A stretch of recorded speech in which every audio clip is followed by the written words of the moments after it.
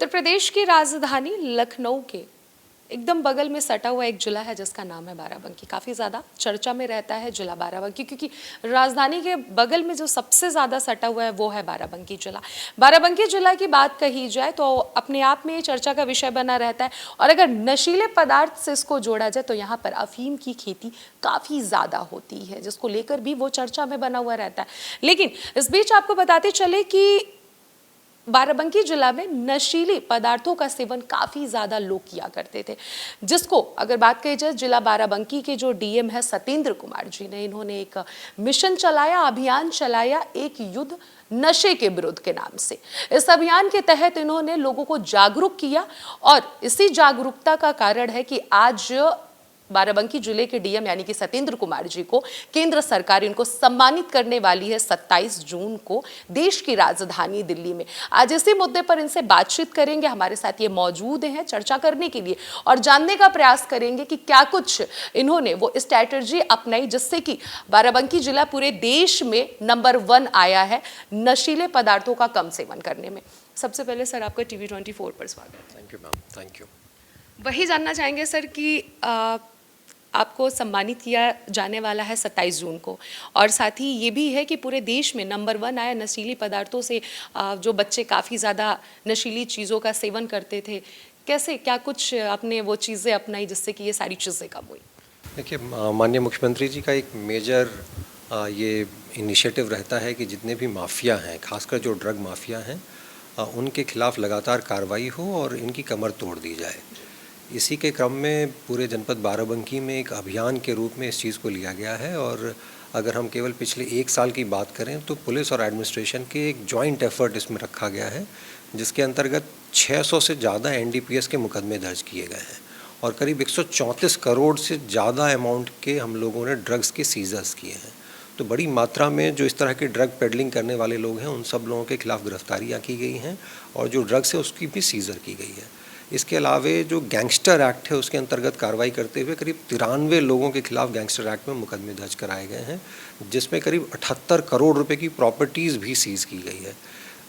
जो प्रोसिक्यूशन का पार्ट है उसमें भी हम लोग लगातार प्रोसिक्यूशन को अच्छे तरीके से देखते हुए करीब 80 से ज़्यादा लोगों को एनडीपीएस एक्ट में कन्विक्ट भी करवा चुके हैं।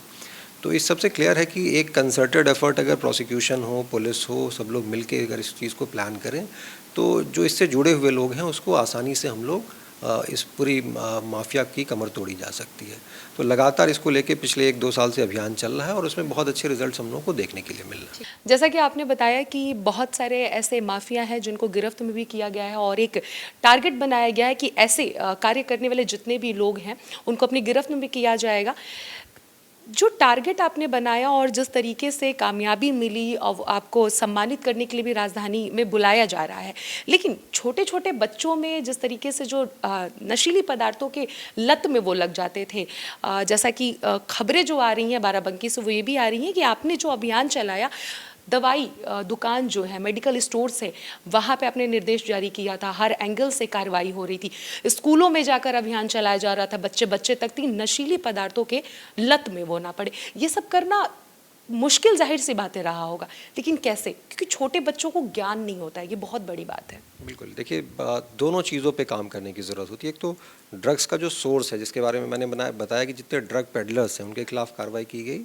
इसके अलावा जो एंड यूज़र्स हैं उनको भी हमें देखने की ज़रूरत होती है। तो इसके लिए जो एनसीपीसीआर है, जो national commission for protection of child rights है, उनके द्वारा लगातार इसके इंस्ट्रक्शंस दिए जाते हैं कि जितने भी स्कूल कॉलेजेस हैं वहाँ पे अवेयरनेस प्रोग्राम्स किए जाएं। तो इसी के क्रम में हम लोगों ने जितने भी इंजीनियरिंग कॉलेजेस हैं, मेडिकल कॉलेजेस हैं, सभी में हम लोगों ने प्रोग्राम्स करके लोगों को अवेयर किया है कि ड्रग्स अगर यूज़ करते हैं तो उसके दुष्प्रभाव क्या क्या होते हैं। इसके अलावा जो कॉलेजेस हैं उनके अगल बगल एक छोटा सा इकोसिस्टम बन जाता है, जिसके माध्यम से वो सप्लाई चेन्स बन जाते हैं। तो उस पर भी काम किया गया है, और जितने भी कॉलेजेस हैं उनके अगल बगल भी हम लोगों ने इंटेलिजेंस नेटवर्क्स के थ्रू उन लोगों को आइडेंटिफाई किया है जो सप्लाई करने की कोशिश करते थे, और उनके खिलाफ भी कार्रवाई की गई है। जहाँ तक ऐसी दवाइयों की बात है, या कई बच्चे तो जो इन्हेलर्स होते हैं इस तरह की चीज़ों को भी यूज़ करते हैं, तो उस पर भी हम लोगों ने लगातार कार्रवाई की है। और जितने भी हमारे ड्रग स्टोर्स हैं मेडिकल के जितने भी हमारे शॉप्स हैं उनके साथ भी बैठकें की गई हैं। उनको भी बताया गया है कि बिना प्रिस्क्रिप्शन के किसी भी इस तरह की दवाई किसी को भी इशू ना की जाए जिसका उपयोग ड्रग एब्यूज़ में हो सकता है। और इसमें भी बहुत सारे ड्रग स्टोर जो हमारी दवाई की दुकानें हैं उनके खिलाफ भी कार्रवाई की गई है, उनके लाइसेंसेस निलंबित किए गए हैं, वहाँ से भी सीजर्स की गई हैं। कुछ जो दवाइयों के बल्क सप्लाईज होते हैं उस लेवल पे भी हम लोगों ने कई ट्रकें हम लोगों ने ऐसी सीज़ की हैं जो ऑथराइज्ड ड्रग सप्लाई नहीं थी। तो लगातार इस चीज़ को लेके भी कार्रवाई हो रही है। अच्छा, जैसा कि मैंने शुरुआत में बोला कि बाराबंकी ज़िले में अफ़ीम की खेती होती है और इससे वो पूरे देश में इसकी पहचान भी है कि अफ़ीम की खेती उत्तर प्रदेश में बाराबंकी में और भी राज्यों में होता है, लेकिन बाराबंकी का भी नाम शामिल है। लेकिन हम ये जानना चाहेंगे सर कि जिस ज़िले में खेती हो रही है एक नशीले पदार्थ का, फिर बचाव करना और कम से कम लोग नशे में आए, इसके बारे में क्या कहना चाहेंगे? ये आप सही कह रहे हैं। देखिए, ये सोर्स कंट्रोल का पार्ट है जो आप कह रही हैं। इसमें हम लोगों के मंथली बेसिस पे एक एनकॉर्ड की बैठक होती है जिसमें ड्रग इन्फोर्समेंट से रिलेटेड जितनी भी एजेंसीज़ हैं वो सभी हम लोगों के साथ बैठती है और हम लोग उसको स्ट्रेटेजाइज करते हैं कि कैसे इस चीज़ को कंट्रोल किया जाए। तो इसमें जो ज़िला अफ़ीम अधिकारी होते हैं, जो कस्टम्स डिपार्टमेंट के ऑफिसर होते हैं, तो उनके द्वारा इस चीज़ को लेके एक नॉलेज शेयरिंग होती है कि किन किन लोगों को लाइसेंसेस दिए गए हैं अफ़ीम की खेती के लिए। और हमारे जो रेवेन्यू डिपार्टमेंट के और पुलिस डिपार्टमेंट के लोग होते हैं वो उन सब गाँवों में जहाँ जहाँ अफ़ीम की खेती के लाइसेंसेस दिए गए हैं वहाँ पर जाकर इस चीज़ का इंटेलिजेंस डेवलप करती हैं कि क्या यहाँ से कहीं लीकेजेस की संभावना तो नहीं बन रही है। तो वहाँ पे भी हम लोग बहुत सतर्कता बरतते हैं कि किसी भी तरीके से जहाँ अफ़ीम की खेती हो रही है वहाँ से थोड़ा सा भी ड्रग्स जो है यहाँ वहाँ लीक होने की संभावना ना बचे। तो लगातार इसके लिए कोऑर्डिनेशन मीटिंग्स होती हैं। जो नारकोटिक्स कंट्रोल ब्यूरो है या सेंट्रल ब्यूरो ऑफ नारकोटिक्स या CBN है, तो ये सभी एजेंसीज़ हम लोग साथ में बैठते हैं, IB के लोग साथ में बैठते हैं और इसको बहुत ही कोऑर्डिनेटेड वे में इस पूरे इशू को हैंडल किया जाता है। ये भी मैं जानना चाहूँगी आपसे कि आगे बाराबंकी को लेकर क्या सोच रखते हैं? अभी तो अपने आप में एक बहुत बड़ी उपलब्धि है, बहुत बड़ी बात है कि जिला बाराबंकी पूरे देश में अव्वल रहा, लेकिन आगे इसको लेकर नशीले पदार्थों से जिला बाराबंकी और बचे और कुछ अच्छा कार्य करे, विकास की ओर बढ़े, क्या सोच है आपकी? एज अ DM आप क्या सोचते हैं? देखिए, ये जो अभी एफ़र्ट्स लिए जा रहे हैं ये कंटिन्यूड पिछले 2-3 साल के एफ़र्ट्स के ही रिज़ल्ट हम लोगों को देखने के लिए मिल रहे हैं। यही सेम चीज़ कंटिन्यूड भी रहेगा। जो कॉलेजेस में अवेयरनेस प्रोग्राम्स हैं या फिर जो ड्रग्स के अगेंस्ट जो इन्फोर्समेंट के काम है ये लगातार कंटिन्यू होंगे।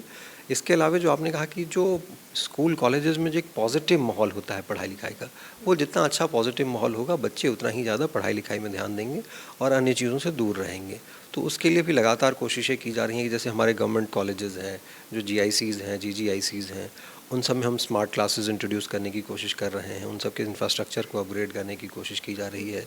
वहाँ के जो लैब्स हैं उनको अपग्रेड करने की कोशिश की जा रही है। तो लगातार स्कूलिंग और कॉलेज के जो सिस्टम्स हैं हम लोग को उसको इम्प्रूव करने की ज़रूरत है और इसके लिए लगातार सरकार भी उच्च शिक्षा विभाग, माध्यमिक शिक्षा विभाग दोनों लगातार इसको लेकर काम कर रहा है। तो ये थे हमारे साथ बाराबंकी जिला के DM यानी कि सत्येंद्र कुमार जी, जिन्होंने बताया कि इतनी बड़ी उपलब्धि के पीछे क्या कुछ मेहनत रहा है। इन्होंने सब कुछ बताया और साथ ही साथ इन्होंने ये भी बताया कि 2-3 साल का ये प्रयास रहा है जो अब जाकर रिजल्ट सामने आए कि पूरे देश में बाराबंकी जिला इकलौता ऐसा जिला बना है जो नशा से काफ़ी ज़्यादा लोग यहाँ पर मुक्त हैं, दूर हैं।